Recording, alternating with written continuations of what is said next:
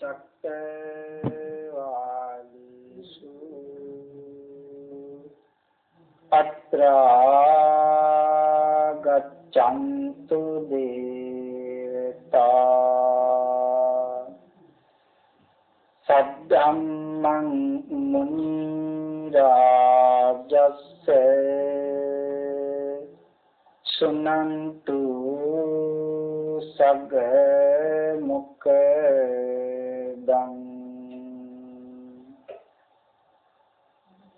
ධම්ම ශ්‍රවණ කාලෝ අයං බදන්තා ධම්ම ශ්‍රවණ කාලෝ අයං බදන්තා සද්ධම්ම ශ්‍රවණ කාලෝ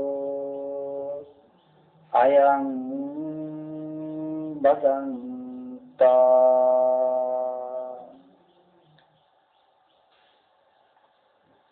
නමෝ තස්ස භගවතෝ අරහතෝ සබ්බ ධම්මේසු අප්පටිහත ඥානචාරස්ස දස බල දරස්ස චතු විසරජ්‍ය විසරදස්ස සබ්බ සත්තුත්තමස්ස ධම්මිස්ස රස්ස ධම්ම රාජස්ස ධම්මස්සාමිස්ස තථාගතස්ස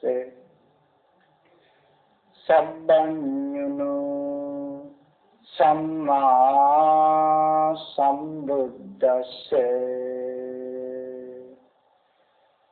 නමෝ තස්ස භගවතෝ අරහතෝ සබ්බ ධම්මේසු අප්පටිහත ඥානචාරස්ස දස බල දරස්ස චතු විසරජ්‍ය විසරදස්ස සබ්බ සත්තුත්තමස්ස ධම්මිස්ස රස්ස ධම්ම රාජස්ස ධම්මස්සාමිස්ස තථාගතස්ස සබ්බඤුනෝ සම්මා සම්බුද්දස්ස නමෝ තස්ස භගවතෝ අරහතෝ සබ්බ ධම්මේසු අප්පටිහත ඥානචාරස්ස දස බල දරස්ස චතු විසරජ්‍ය විසරදස්ස සබ්බ සත්තුත්තමස්ස ධම්මිස්ස රස්ස ධම්ම රාජස්ස ධම්මස්සාමිස්ස තථාගතස්ස සබ්බඤුනෝ සම්මා සම්බුද්දස්ස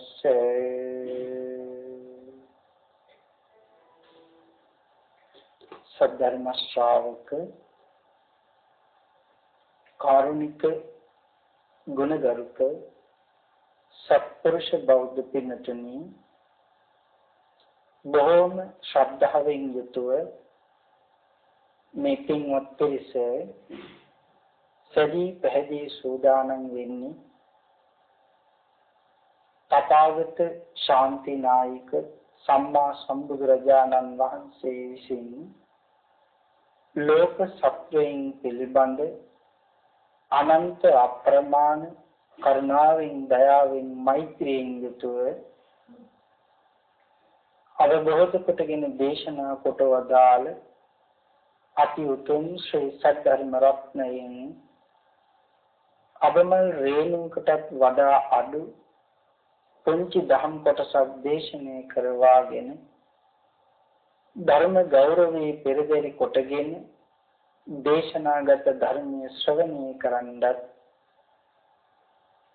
එසේ ධර්ම ශ්‍රවණය කිරීමෙන් ලැබෙන අවවාද අනුශාසනා තමන්ගේ ජීවිතවලට එකතු කරගෙන වඩාත් නිවැරදි ඊටමත් ධර්මානුකූල වූ මෙලව ජීවිතයක් සකස් කරගන්නත් ධර්මානුකූල වූ නිවැරදි වූ මෙලව ජීවිතයක් තුළින් පරලොව සුගතිගාමී වූ ආයතික භවගාමී ජීවිතයකින් සැනසීමේ උතුම් වූ පරම පවිත්‍ර චේතනාවෙනුයි සද්ධර්ම ශ්‍රවණය සඳහා සදී පැහැදී සූදානම් වෙන්නේ.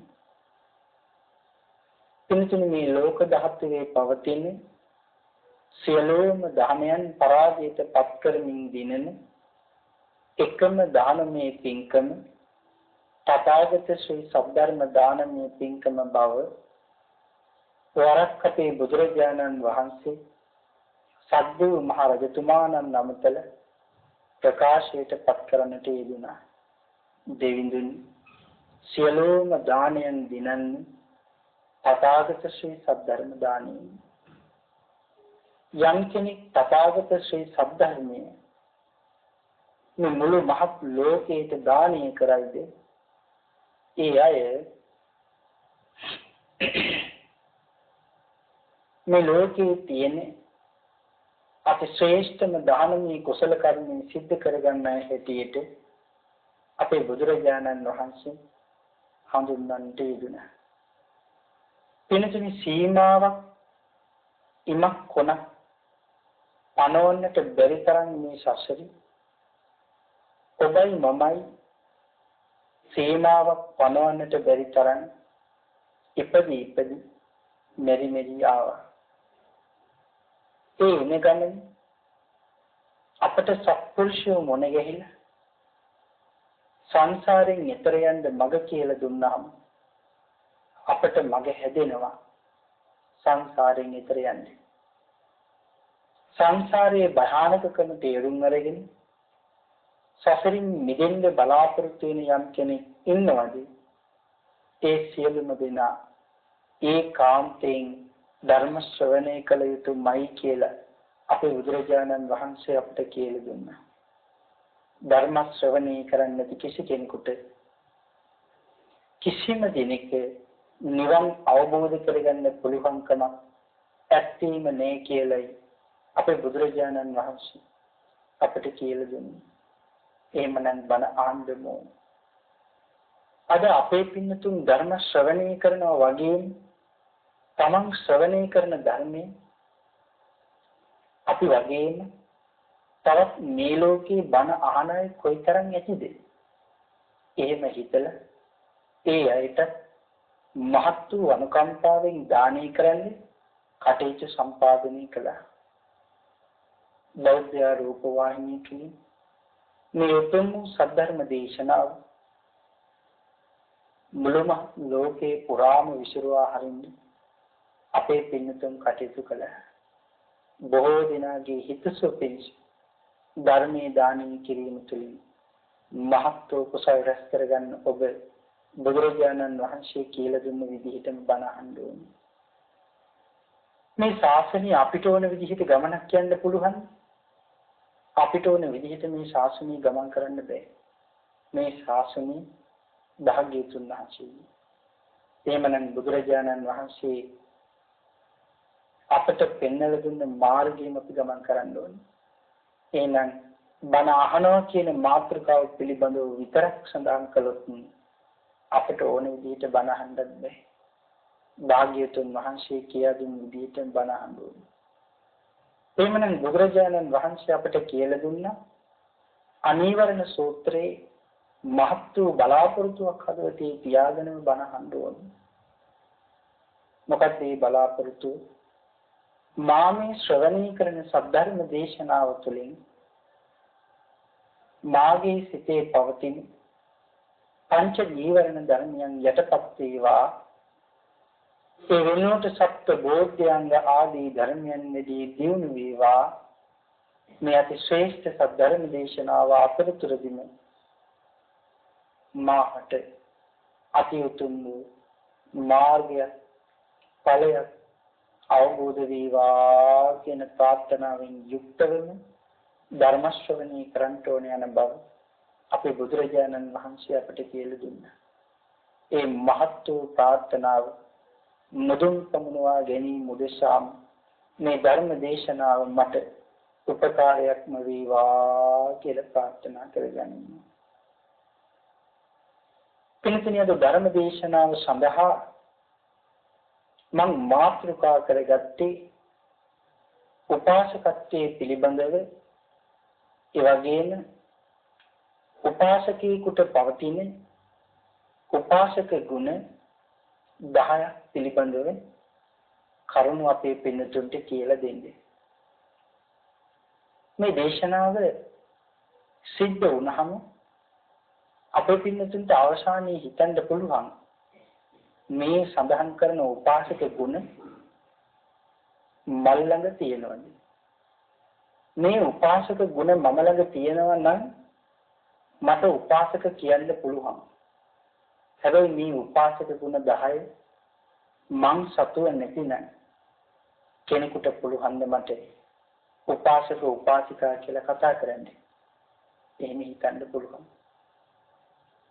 අපේ බුදුරජාණන් වහන්සේ මේ ලෝකෙම ලස්සනම වචනයක් තමයි ඔබට මට කතා කරන්න භාවිත කළේ.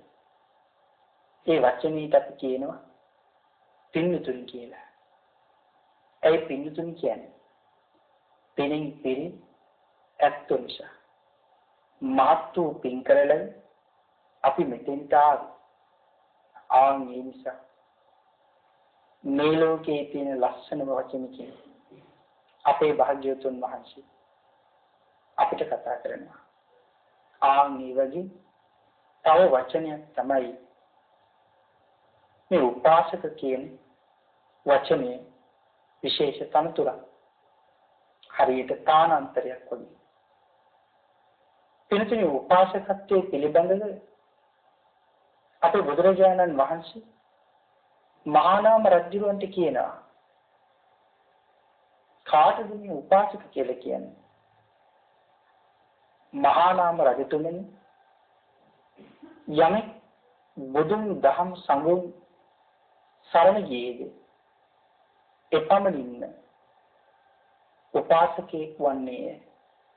රත්නත්‍රයේ සරණ ගියපු පමණින්ම ඒ මොහොතේම උපාසකෙක් බවට පත් වෙනවා කියලා අපේ බුදුරජාණන් වහන්සේ අපිට කියලා දුන්නා. අද මේ ධර්ම දේශනාව සඳහා මාතෘකා කරගත්තේ උපාසක ගුණ 10ක් පිළිබඳව කියන කාරණාව මම මතක් කළා. උපාසක කියන නමෙහි අර්ථයත් අපි දැනගෙන හිටියොත් ඒක හරි වටී. සඳහන් කරනවා තෙරුවන් කරා එළඹෙන තෙරුවනම ඇසුරු නිශ්චය කරන තැනැත්තා කියන අර්ථයයි මේ උපාසක කියන වචනේ අර්ථය කියන කාරණාව සඳහන් කරනවා. පින්තුනි උපාසක ගුණ 10 විශේෂයෙන් සඳහන් කරලා තියෙනවා. අපි පින්තුන් දන්නවා මිලින්ද රජුරු නාගසේන මහරහතන් වහන්සේ මේ ලෝකේ ඔබට මට තේරුම් ගන්න බැරි තරම් ධර්ම සාකච්ඡාව සිද්ධ කළේ. එතන අය මිලින්ද ප්‍රශ්නයේ පිළිබඳව විවිධ විවේචන ගොඩනැගුවා. ඒ අයට මේ ග්‍රන්ථ රත්නයේ ඇතුලේ හැංගිලා තියෙන ධර්ම කාරණා තේරුම් ගන්න බැරි නිසා මේ පොතේ තියෙන යම් කාරණා විවේචනයටපත් කරනවා. නමුත් අපේ තියෙන ප්‍රඥාවේ ස්වභාවයටයි අපිට මේ ධර්ම කාරණා අවබෝධ වෙන්නේ.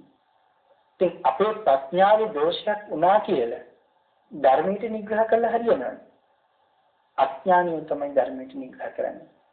හැබැයි සත්පුරුෂය සාන්ත උත්තමය කවදාකවත් ධර්මයට නිග්‍රහ කරගන්නේ තමන්ටමයි නිග්‍රහය කරගන්නේ.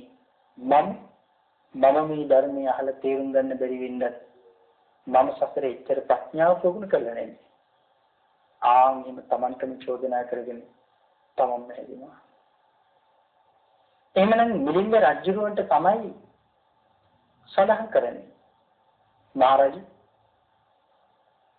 කරුණු 10කකින් තියෙනවා උපාසකයාගේ උපාසක ගුණ කරුණු 10කින් සමන්විතයි.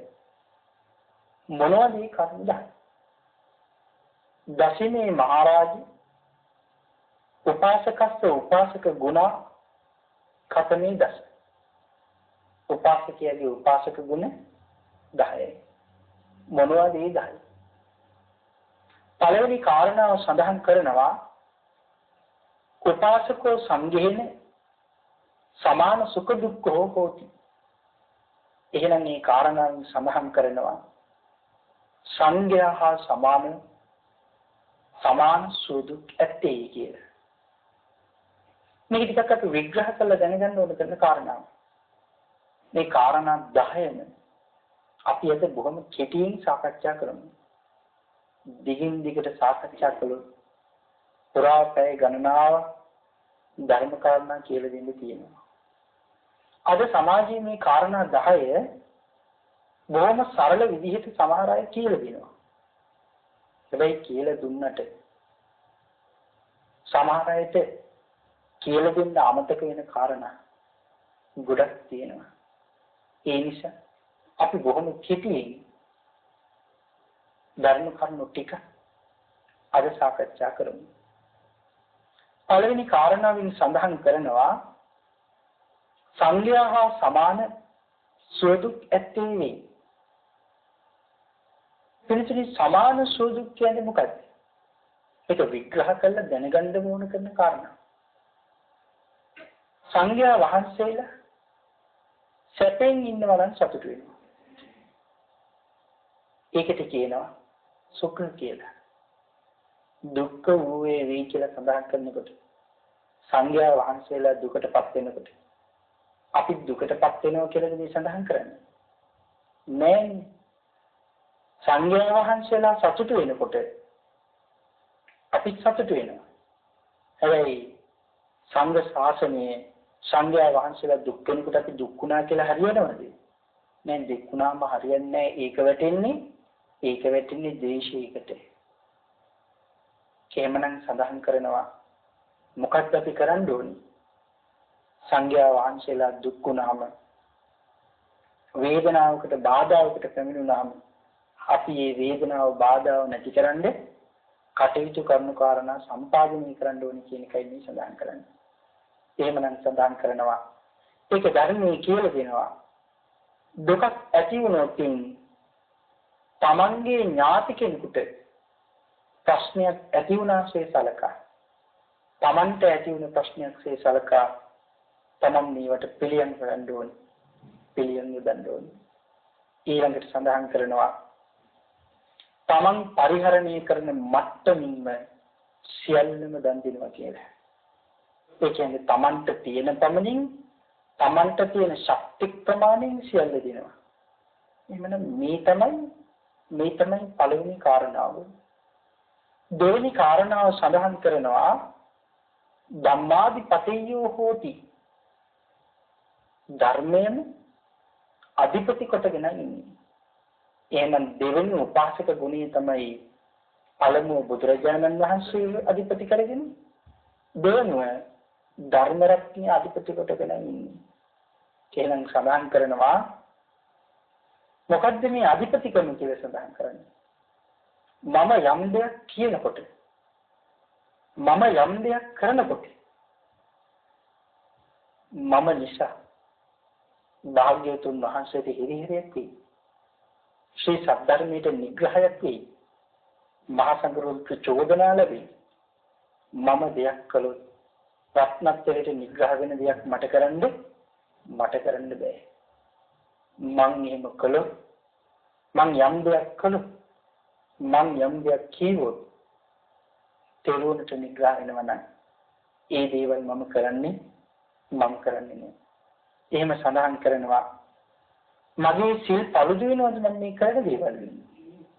ඒ වගේම මං කරන දේ ශාසනයට කවුරු හරි බැන්නොත් ඒක කොයි තරම් ගැළපීමක් නැද්ද?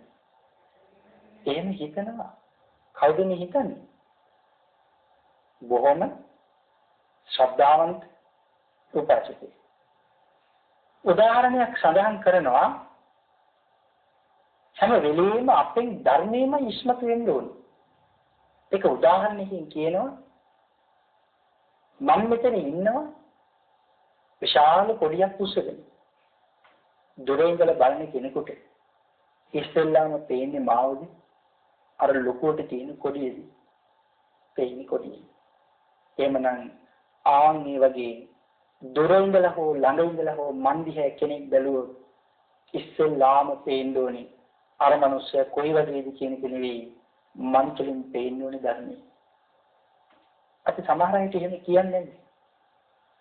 අපි කියනවා අරය පුදුම සීලවන්තයි. පුදුම ධර්මදරයි.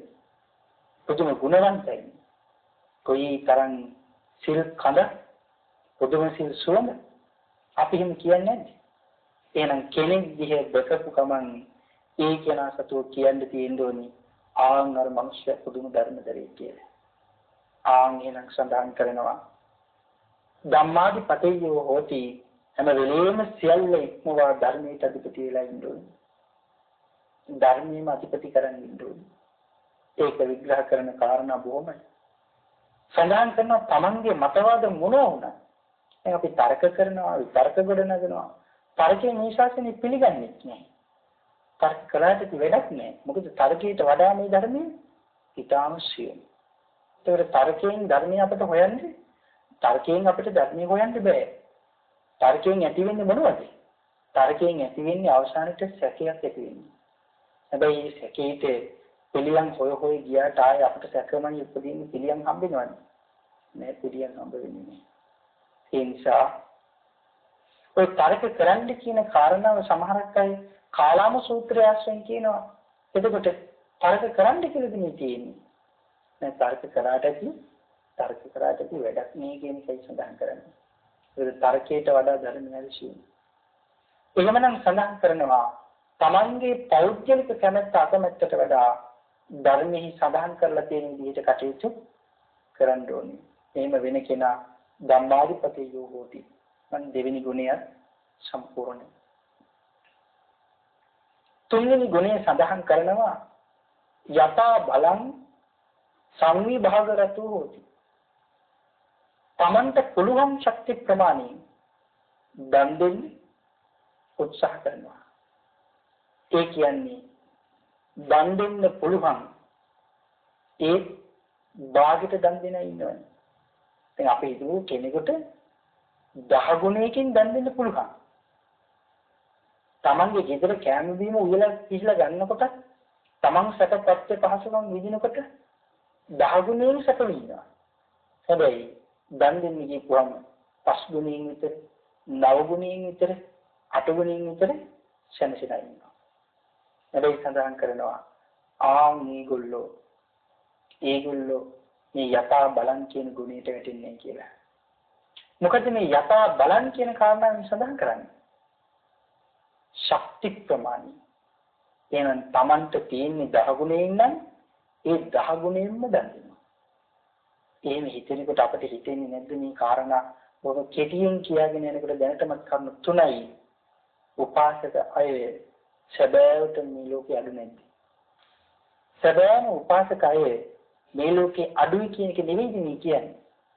ඒ කාරණාව ඉන්නේ සඳහන් කරන්නේ. ඊළඟට සඳහන් කරනවා හැකි උත්තරමින් දන් දෙනවා තුන්වෙනි කාරණාව. හතරවෙනි කාරණාව ජින ශාසන පරිහානි දිස්වා අභිවද්‍ය වායමති. සර්වත්‍ය ශාසනයේ පරිහානිය දැකලා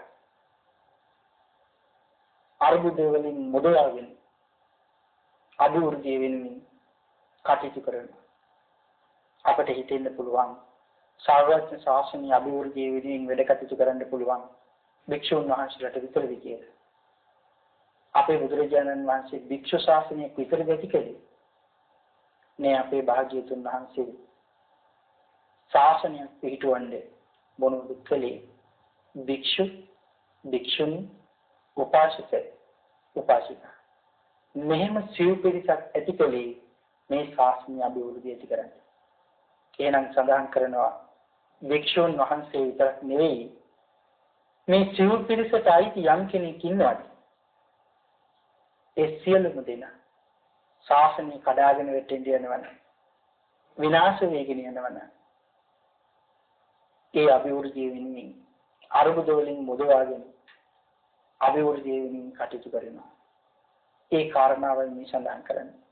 පස්වෙනි කාරණාව සම්මා දිට්ඨිකෝ හෝති අපගත කෝතුහල මංගලිකෝ ජීවිත හේතුපි න අඤ්ඤං සත්තාරං උද්දිශති.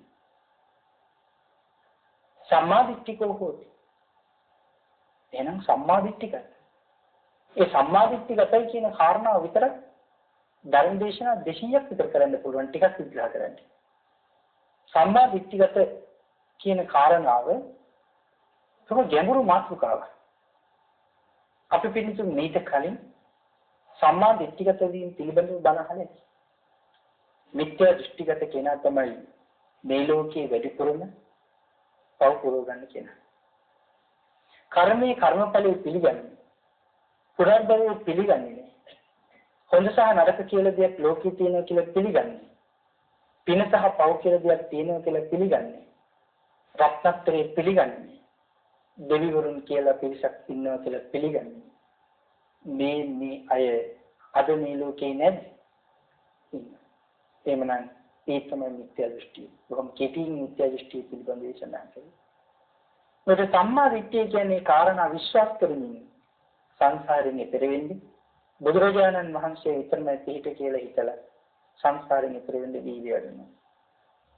හැබැයි බුදුරජාණන් වහන්සේ සරණ ගියයින් පස්සේ ආයේ නැවත කවදාකවත් මිත්‍යා දෘෂ්ටියට යන්නේ නැහැ. හැබැයි අපිට පේන්නේ නැද්ද සාමාන්‍ය සමාජයේ නොදන්නාකම නිසා සම්මාදිට්ඨියට වෙනවා ආය සම්මාදිට්ඨිය මිත්‍යා දෘෂ්ටියට වෙනවා ආය මිත්‍යා දෘෂ්ටිය සම්මාදිට්ඨියට එනවා. මෙන්න දෙපැත්තටම මාරු වෙන පිරිසක් ඉන්නවා. ඒ අය තරම් අඥාන අය මේ ලෝකේ තව කොහෙවත් නැහැ. එහෙනම් සඳහන් කරනවා දුරු කරන ලද කෝතුහල මංගලික වෙයි. මොකද මේ දුරු කරන ලද කෝතුහල මංගලික කියන්නේ? ඒ කියන්නේ පිළිතුරු සමහර අය ඉන්න උදේට නැගිටපුවාම යම් දෙයක් දිහා බලාගෙන අද දවස බොහොම හොඳයි. එන් කෙනෙක් ඉන්නවා. සමහර අය ගමනක් යනකොට අපි කියනවා කපුටෙක් ගියා දැක්කොත් එහෙම. අපි කියනවා මේ ගමන සුබ නෑ. අපි හිතනවා සමහර වෙලාවට බොහොම අපි පිළිගන්න කෙනෙක් දැක්කොත් එහෙම. ඒක බොහොම හොඳයි කියනවා. සමහර වෙලාවට අපි කියලා තියෙන ඇඹුල් ගහක කාර්තික නිගෙන කෑ ගැව්වෝ. මේක මෙහෙමයි කියලා. ඒ විදිහට අපිට මේ සමාජයේ එක එක මතාන්තර අහන්න ලැබෙනවා. කළු පාට පූසෙක් දැක්කොත් එහෙම. අපිට ඒ ගමන හරි අසුබයි. Taman පදවගෙන යන රථයේට කළු පාට සතෙක් එහෙම වුණොත් එහෙම ඒක තමයි මරුණොත් එහෙම. මගේ රථෙන් ඇති වැඩක් නෑ.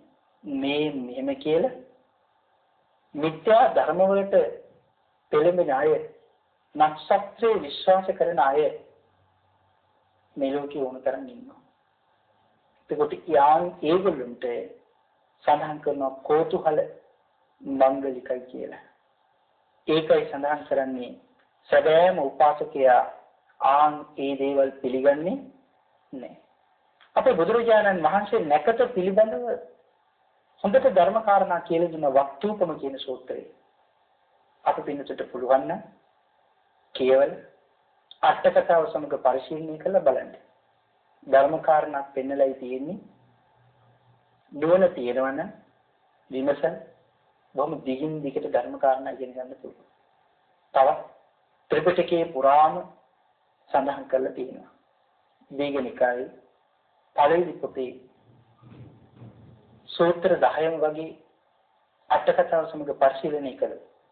මේ නැකත බුදුරජාණන් වහන්සේ ප්‍රතික්ෂේප කරපු හැටි අපේ පින්සට ඉගෙන ගන්න පුළුවන්. නැකත යම් කෙනෙක් පිළිගන්නවනම් ඒ අය සම්මා දිට්ඨිගත නෙවෙයි. බුදුරජාණන් වහන්සේගේ ශ්‍රාවකෙක් නෙවෙයි. එහෙමනම් අද මේ ලෝකේ ඉන්න ගොඩක් දෙනෙක් වැටෙන වරක් තමයි මේ. නිසා බොහොම ශ්‍රද්ධාවෙන් හිතන්න ඕනේ.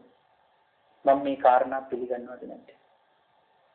ඊළඟට සඳහන් කරනවා ජීවිත හේතු පින අඤ්ඤං සත්තාරං උද්දේශති. මගේ ජීවිතයේ නිසාව වෙන සාත්‍තර කෙනෙක් මම සරණ යන්නේ. ජීවිතේ නිසාවක් කියන්නේ මගේ ජීවිතේ නැති කරන්න කෙනෙක් සූදානම් වෙනවා. එයාමට කියනවා අපේ සාත්‍තරෝය වැළඳගන්න. අපේ ආගම වැළඳගන්න. මම ඔබව මරන්නේ ජීවිත දානය කරනවා. හැබැයි එහෙම කිව්වහම ගොඩක් දෙනෙක් මොකද කරන්නේ? සාත්‍රුන් වහන්සේ අතහැරලා මේ මිත්‍යා දෘෂ්ටිගත ආගම් පිළිගන්නවා. ජීවිතේ විනාශින්. හැබැයි සඳහන් කරනවා සැබෑ උපාසකයා මොනම හේතුවක් නිසාවත් වෙන සාත්‍රුවරෙක් වෙත යන්නේ බුදුරජාණන් වහන්සේ සරණ යන්නේ කියලා. ඊළඟ කාරණාවෙන් හයවෙනි කාරණාව අපේ බුදුරජාණන් වහන්සේගේ ධර්මයේ තුල සඳහන් කරලා තියෙනවා. කායික වාචසික චස්ස රක්ඛින් හොති. කාය වචනය හොඳින් මනාව ආරක්ෂා කරනවා. එහෙනම් මේ කියන්නේ මොකක්ද? සිල් හොඳට ආරක්ෂා කරනවා. එහෙනම් අපේ පින්තුන් හිතලා බලන්න මට තියෙන අඩුම සීලය ප්‍රාථමිකම සීලය පංචශීලය. මම ඔය පංචශීලයේ රකින්නේ කොහොමද? අඩුම තරමේ පංචශීලයේ පිළිබඳව ගැඹුරු විග්‍රහය මන්නද තියෙනවා. බුදුරජාණන් වහන්සේ හරියට දුක් විඳලා තමයි අපට මේ ධර්මය අරගෙන ඉල දුන්නේ. මහා කල්ප අසංඛ්‍ය 20 ලක්ෂ එක පෙරුම් පිරු. සමහර වෙලාවට ධර්මය හොයන්න බණපදයක් අහන්න තමන්ගේ ජීවිතෙන් වන්දියේ අපේ පින්තුන් හිතන්න අකුරු දෙක බණපද ටිකක් අහන්න ජීවිතෙන් වන්දියේ එච්චර දුක් විඳි අපට මේ ධර්මය හොයාගෙන ඉවිලා දෙන්නේ. අපට දුන්නහම අපි කියනවා සිල් රැක්කට වැඩක් නෑ. මොනවද සිල් රැකලා අපට හම්බුනේ? සීලය අපට ඕනේ. සිල් රැකලා නිවන් දකින්න පුළුවන්. එහෙම ආනයි මේ සමාජයේ ඉන්නවා. හැබැයි හිතෙන්ද සඳහන් කරන්න ඕන ශ්‍රද්ධාව නැති නිසා ඒගොල්ලෝ එහෙම කියනකොට අපි ඒකට අනුකම්පා කරලා අපි තව තවත් බය වෙන්න ඕනේ. මම ඉතින් ඉන්නවා. මම ඉතින් නිදිලා සංසාරේ නිතර යන්නේ. භාග්‍යවතුන් වහන්සේගේ ශ්‍රාවකෙක් වගේ සිල් ආරක්ෂා කරනවා. සිල් ආරක්ෂා කරන්නේ වෙහෙස වෙනවා. වීර්ය වඩනවා. හත්වෙනි කාරණාව සමග්ගා රාමෝ හෝති සමග්ගරතෝ සඳහන් කරනවා. සමගියෙහිමයි ඇලිලා ඉන්නේ. සමගි වෙන්නේ හරීම කැමති. සමගියෙහිමයි ඇලිලා ඉන්නේ. හැම වෙලේම සමගියෙන්මයි ජීවත් වෙන්නේ. සමගියෙන් ජීවත් වෙන්න හරි කැමති. ඒකයි. ඒකට අනිත් අය සමගියෙන් ඉන්න මං හරි කැමතියි. අපි කියන සමගිය නෙවෙයි මෙතන උගන්වන්නේ. ධර්මයේ දෙන්නේ සීලවන්ත වුණහම මට හිතෙන්නේ නෑ ශ්‍රද්ධාව තියෙන නිසා ශාසනයේ තව කෙනෙකුට හිරිහැර කරන්නේ. තව කෙනෙකුට කරදර බාධක පමුණවන්නේ. ආන්ගේ කාරණාවයි මේ සඳහන් කරන්නේ සමගියෙන් ජීවත් වෙන්න මං හරි කැමතියි. හැම වෙලේම සමගියමයි ඇලිලා ඉන්නේ. කාටවත් කරදරයක් හිංසාවක් පීඩාවක් අබම රේණුකටවත් කරන්න කැමති වෙන්නේ නෑ. අටවෙනි කාරණාව අනුසූයකෝ හොති. අනුසූයකෝ හොති කියන්නේ ඊර්ෂ්‍යා කරන්නේ. ඊර්ෂ්‍යාව කියන්නේ කොයි තරම් බහන මාත්‍රකාවද? කොහෙද ඉපදුනේ? ඊර්ෂ්‍යා කරන එක පාප කර්මයක් නෙවෙයි. ඊර්ෂ්‍යාව කොයි තරම් භයානක පාප කර්මයක්ද? මෙතනින් පස්සේ මට සුගතියට එන්නේ බැරි වෙන විශාල කාරණාවක් තමයි මේ ඊර්ෂ්‍යාව කියලා කියන්නේ. ඒ තරම්ම භයානකයි. මම මේ ජීවිතේදී ඊර්ෂ්‍යාකම් කරලා මැරිලා ගියේ. බැරි වෙලාවත් නිරේට ගිය. නිරේ යනවමයි. නිදහස් වෙන්නේ. නිදහස් වෙනකොට බුදුරජාණන් වහන්සේලා කී නමක් නම් සංසාරයෙන් එතරටපත් වෙලා කෝටි ගණන් ජනතාව සසරින් මුදවලා ගෙයින් මිදී ශාසනයත් අතුරු දහන් වෙලා කෝටි ගණන් ජනතාව සංසාරයෙන් මිදිලා මම ඊර්ෂ්‍යා නිසා තාම නිරේ පැහිනා. ඒකයි සඳහන් කළේ නිරේ යන්න කැමති නම් සුගතියේ ඉපදෙන්න අකමැති නම් ඊර්ෂ්‍යාව හොඳට ප්‍රගුණ කරන්න. සමහර දිනෝපිය දරුවන්ට ඊර්ෂ්‍යා. සමහර දරුවෝ තමන්ගේ යහළුවන්ට ඊර්ෂ්‍යා. ඒ යහළුවෝ තමන් වටේ ඉන්නේ ඊර්ෂ්‍යා. අපි නමුත් කල්පනා කරන්න ඕනේ මම සසරේ පෙරම් පුරපු හැටියටයි මට මේ ජීවිතේ ලැබිලා තියෙන්නේ. ඒකට අනිත් අය ඊර්ෂ්‍යා කළා හරියනවා. මේ අනිත් අය ඊර්ෂ්‍යා කළා හරියන්නේ නැහැ. අපි අපිව තේරුම් අරගන්න ඕනේ. හැම වෙලේම Tamanටම වැරද්ද යොදා ගන්න ඕනේ. අපිට මම සංසාරේ කරපු වැරදි නිසායි තාම මේ සසරේ ඇවිදින්නේ. මේ සසරේ කරපු ලොකුම වැරද්ද මොකද්ද? මේ සසරේ කරපු ලොකුම වැරද්ද තමයි බුදුරජාණන් වහන්සේට අකීකරු වීම. මෙච්චර කාලයක් බුදුරජාණන් වහන්සේ සංසාරයෙන් ඈතර යන්න මඟ කියලා දුන්නාම අපි මේ මඟට අකීකරු වුණා. අපි කිව්වා නෑ ස්වාමීනි පිළිගන්නේ නෑමයි කිව්වා. මට ඕනේ නෑ ওই මඟ කිව්වා. ඒ නිසා මේ ජීවිතය හරියට දුක් වෙනවා. එහෙමනම් නවවෙනි කාරණාව සඳහන් කරනවා. නච්ච කුහන වශයෙන් ශාසනීය චරිත. අනික්කය රැවටීමට තථාගත ශාසනයේ හැසිරෙන්නේ නැහැ. මේ අපිට පේන සමහර අය බොහෝම සිල්ගත් අය වගේ ඉන්න. අනිත් අයට පේන්නේ. හැබැයි රැකපු සීලියක් නෑ. ගෙවල් දොරවල් වලට ගිහින් බලන්න. ඇත්තටම සීල රකින්නේ. අපිට පේන අනිත් අයත් එක්ක කතා කරන්නේ වගේ ඉන්නවා. හැබැයි තමන්ගේ ගෙදර ඇතුලේ ඉන්නකොට අනිත් අයත් මිනිස්සු නැති තැන පත්මත්තරට තගවුරු කරගෙන කෑ ගහ විලාප දීති අනිත් අයට නිඳා කරගෙන ඕන නැති වචන ප්‍රකාශ කරගෙන ඉන්නේ. බොහොම හිමින් ඇවිදගෙන යන්නේ. ඒ අනිත් අයට පේන්නේ. මිනිස්සු දකිනකොට කියනවා හරියනම් හරියට සීලවන්තයි නේද මිනිස්සෙක් කියලා. හැබැයි සැබෑවට මේ මිනිස්සෙ ඉන්නේ. මිනිසුන්ට පේන්නේ. ඒකයි සඳහන් කරන්නේ අනික් අය රැවටීමට තථාගත ශාසනය හැසිරෙන්නේ නැහැ කියලා. එමනම් මේ තමයි 9 වෙනි කාරණාව.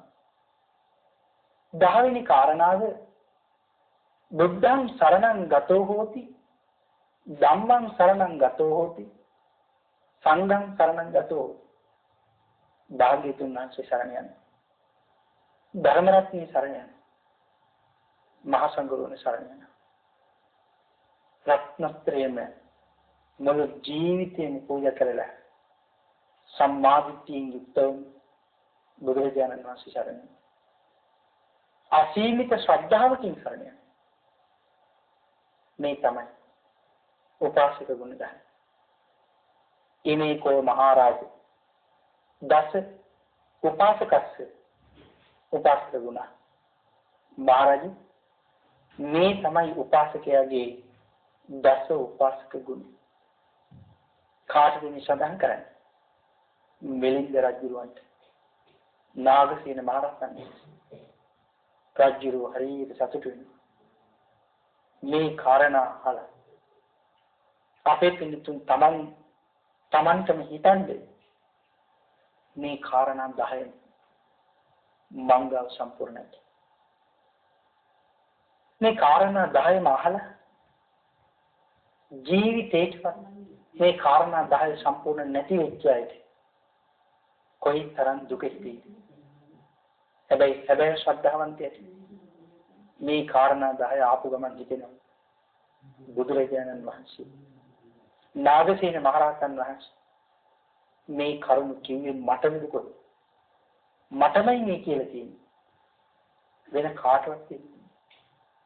මං ගැනමයි මේ දැකලා තියෙන්නේ. මට නේද මේ කියලා තියෙන්නේ. එහෙම කියලා අපිට හිතෙනවා. ඒ හැබැයි ශ්‍රද්ධාවන්ත. මේ කාරණා 10 කොයි තරම් ගැඹුරුද? කෙනෙක් ඔබට උපාසක උපාසිකා කියලා කතා කරනවා. අපි එයි කියලා දැන් හිතන්නේ කෙනෙක් මට උපාසක උපාසිකා කියලා කිව්වොත් එයි කියලා මට කතා කරන්න පුළුවන්. මින් බලාගෙන මට ඉන්නේ. එයි මේ උපාසක ගුණ 10 මල්ලඟ තියෙනවද නේද? මේක හිතන්නේ. අපේ බුදුරජාණන් වහන්සේ සංසාරයෙන් එතර යන්නේ අපිට මේ කාරණා කියලා දෙන්න. කෙනෙකුට හිතෙන්න පුළුවන්. දැන් අපිටත් හිතෙන්න පුළුවන් මේ කාරණා කියනකොට මෙහෙම ගුණ 10ක් තියෙනවා මේ ලෝකේ කොහෙවත් නැහැ. හැබැයි එහෙම යම් කෙනෙකුට හිතෙනවනේ ශ්‍රද්ධාව මදිකම නිසා එහෙම තියෙන්නේ.